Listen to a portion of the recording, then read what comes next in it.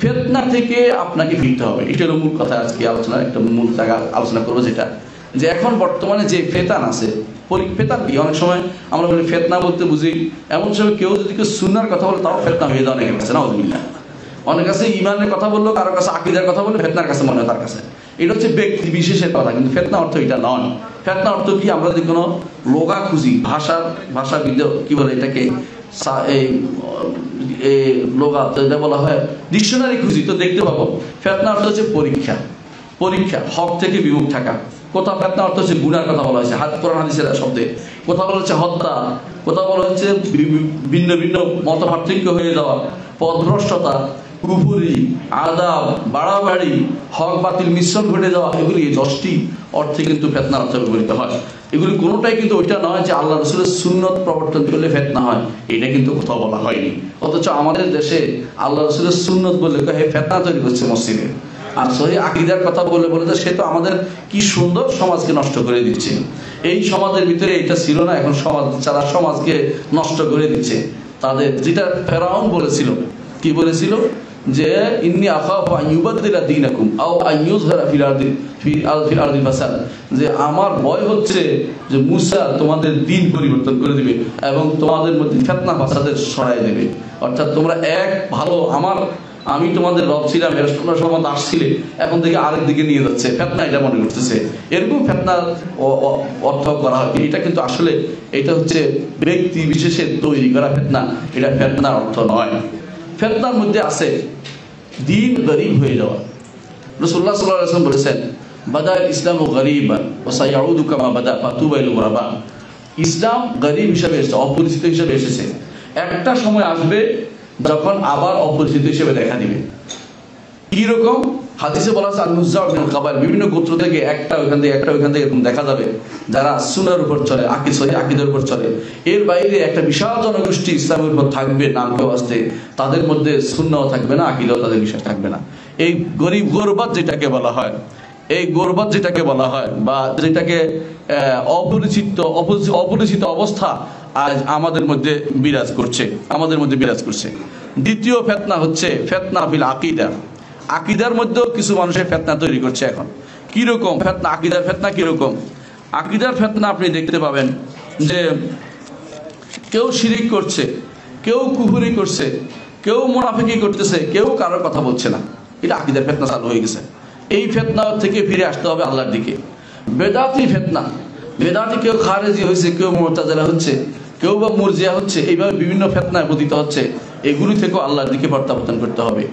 দুনিয়ার চাকচিক্যের যে ফিতনা, তা থেকেও আপনাকে আল্লাহর দিকে প্রত্যাবর্তন করতে হবে। সন্তান সন্ততির দ্বারা আমরা কখনো কখনো ফিতনায় পতিত হই, স্ত্রী স্বামীর দ্বারা কখনো ফিতনায় পতিত হই, কখনো কখনো দুনিয়া লাভের যে উৎসুক্য, এটা দিয়েও আমরা ফিতনায় পতিত হই। অনুরূপভাবে আমরা ফিতনায় পতিত হই যে সমস্ত মুনকার খারাপ কাজ দুনিয়াতে ছড়িয়ে পড়েছে, এগুলি দ্বারাও আমরা ফিতনায় পতিত হই। সেগুলি থেকে আল্লাহর দিকে ফিরে আসতে হবে। কখনো কখনো দুনিয়ার বুকে ফিতনা দূরীকরণ নামে যা হচ্ছে সেটা দিয়েও ফিতনায় পতিত হয়। বুঝেন কিনা? ফিতনা দূরীকরণ নাম দিয়ে দেখবেন জাকারিয়াকে মেরে ফেলতে পারলে ফিতনাটা দূর হয়ে যায়। এরকম আমার কথা নয়, এটা অগ্রিম। খাওয়ারেজরা কি করছিল? আলী রাদিয়াল্লাহু আনহু, মুয়াবিয়া রাদিয়াল্লাহু আনহু এবং আমর ইবনে আস রাদিয়াল্লাহু আনহু, এই তিনজনকে মারতে পারলে ফিতনা দূর হয়ে যায়। ফিতনা নির্মূলের নামে ফিতনা তৈরি করা, এই জাতীয় ফিতনা থেকেও আল্লাহর দিকে প্রত্যাবর্তন করতে হবে। এগুলি কোনোটাই সে নয়। আপনাকে কে বলেছে কাউকে মারলেই অমুক ভালো হয়ে যাবে জিনিসটা? আলী রাদিয়াল্লাহু আনহুকে শহীদ করে দিলেন, আমরা শহীদ বলি কারণ রাসূল শহীদ বলেছেন তাকে। সেই জন্য তাই বলে কি আলী রাদিয়াল্লাহু আনহুর যে নীতি তা কি বন্ধ হয়ে গেছে? আলী রাদিয়াল্লাহু আনহুর নীতি কি বন্ধ হয়ে গেছে? কখনো নয়। এর অর্থ হচ্ছে আপনি কাউকে মেরে ফেলেই তার আদর্শ থেকে মুক্ত হতে পারবেন না। তো আপনাকে কি করতে হবে? আপনাকে আদর্শকে আদর্শ দিয়ে মোকাবেলা করতে হবে, আদর্শকে দলিল প্রমাণ দিয়ে আপনাকে মোকাবেলা করতে হবে।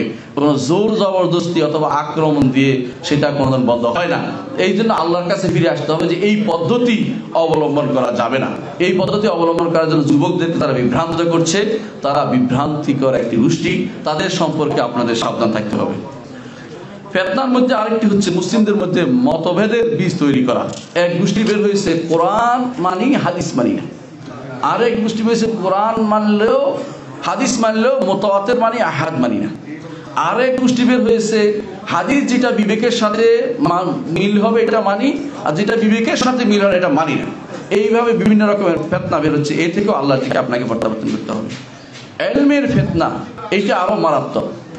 যারা নিজেদেরকে আলেম দাবি করে এদের মধ্যে ফিতনাটা আরো মারাত্মক। কারণ যখন দেখা যায় যে কেউ ইলম অনুসারে আমল করছে না, এক।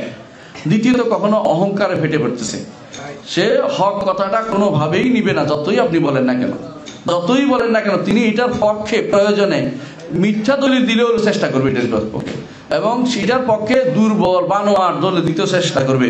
এটা হচ্ছে আলেমদের মাধ্যমে কৃত ফিতনা। এখান থেকে আমরা আল্লাহ দিকে ফিরে আসতে হবে। এগুলি থেকে আল্লাহ দিকে আল্লাহর কাছে রাসূলুল্লাহ সাল্লাল্লাহু আলাইহি ওয়াসাল্লাম আল্লাহর কাছে রাসূলুল্লাহ যেই দোয়া করতেন, এই দোয়ার মধ্যে একটা আছে। তিনি বলতেন রাতের বেলা যখন তিনি তাহাজ্জুদের জন্য উঠতেন, তিনি দোয়া করতেন আল্লাহুম্মা রাব্বা জিবরিল ওয়া মিকাঈল ওয়া ইসরাফিল রব্বুস সামাওয়াতি ওয়াল আরদ ওয়া মা বাইনাহুমা। আল্লাহ আপনি আসমান জমিনের রব, আপনি জিবরিল মিকাঈলের রব, আপনি ইসরাফিলের রব। আপনি আমাকে তারা যে মতভেদ করেছে তা থেকে আল্লাহর দিকে, আপনার দিকে প্রত্যাবর্তন করার পথ দেখিয়ে দেন। ইবনে তাইমিয়া রাহমাতুল্লাহ আলাইহি বলেন, আমার জীবনে যখন কোনো বিষয়ে এরকম মতভেদ বিষয় দেখতে পেয়েছি, আমি আল্লাহর কাছে নিজের মন থেকে এই দোয়া করেছি, আল্লাহ আমাকে সঠিক পথটি দেখিয়ে দিয়েছেন। এই জন্য এই জাতীয় জায়গাতেও আমাকে আল্লাহর দিকে প্রত্যাবর্তনের, আল্লাহর কাছে কায়মনোবাক্যে চাইতে হবে, অবশ্যই প্রত্যাবর্তন করতে পারবেন।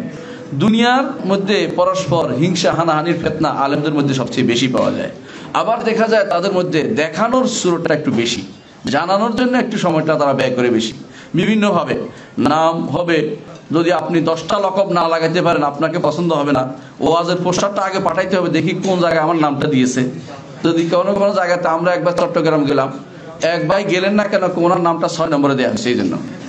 তো ওনার এই জন্য উনি যান নাই ওখানে। এগুলি হচ্ছে দুনিয়ার দেখানোর ফিতনা, যে এগুলি দুনিয়াতে নিজেকে প্রতিষ্ঠিত করার ফিতনা। এগুলি ইলমে আলেমদের মধ্যে এগুলি বেশি পাওয়া যায়। আরেকটি ফিতনা দেখা যায় মানুষের ভিতরে, সেটা হচ্ছে ফতোয়া বেগাইরে ইলম, না জেনেও ফতোয়া দেয়, না জেনেও আলেমের জায়গায় বসে যায়, না জেনেও তিনি জানেন সবকিছু ধপ ধরে। এটাও ফিতনা।